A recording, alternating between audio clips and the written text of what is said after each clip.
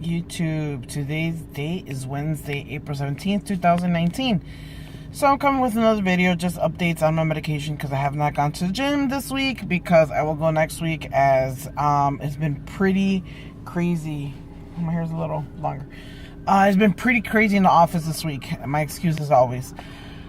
Let's see. So I ended up picking up my new medication because, as you guys know, I'm going on round 2 for IVF to hopefully obtain my second child. I have 2 frozen embryos which are going to be transplanted, but my physician wants to do a mock pregnancy so that she can see whether or not my uterus is good to go for the actual transfer of said embryos. So the medication I'm taking, excuse if I butcher the medication name, is estradiol, and it's usually used for women in menopause, and apparently it's like to give you more estrogen. I believe it's to thicken the lining of your uterus.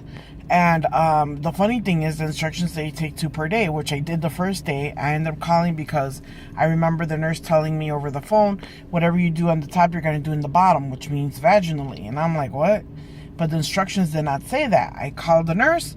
The nurse clarified. She's like, yes, you're going to take one in the morning, which I took 2. She's like, you're going to take 1 in the morning and you're going to insert 1 vaginally. And I'm like, is that a norm? And she said, yeah, that's normal. We do that. And I said, well, the pharmacist said that they have a cream and I could use a cream. And she's like, no, we're going to do this. I'm like, okay, great. So I'm going to go Thursday again to see, to have an ultrasound. And I guess they want to check to see if the cyst that I have on my only left ovary is actually shrinking or what the deal is. And then I have to ask what's going to be the next step. And I'm panicking because, as you guys know, I maxed out my first insurance. So I am working basically on my second insurance, which is my husband's insurance, to try to get to cover all this. But I believe we have a $2,000 deductible. And the painful thing is that I keep getting the bills from the first insurance.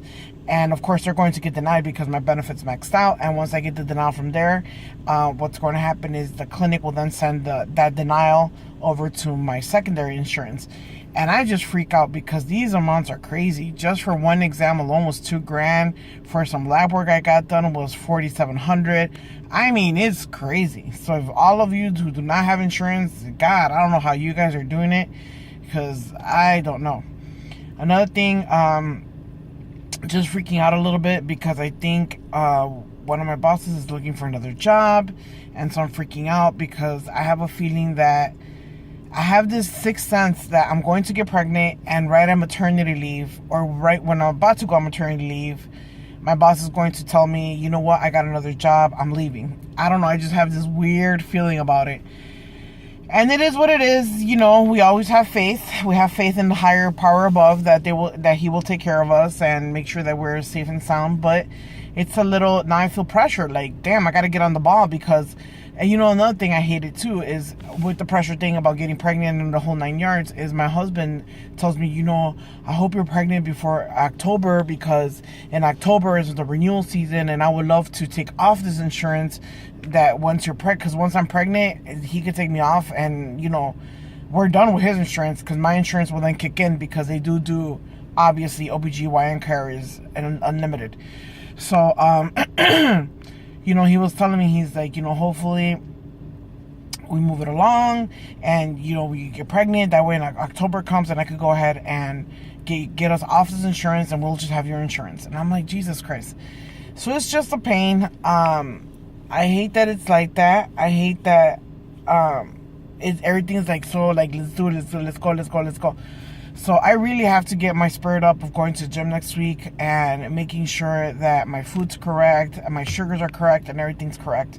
So we'll see how it goes. All right. Other than that, I hope you guys have a great day and I will talk to you guys soon. Bye.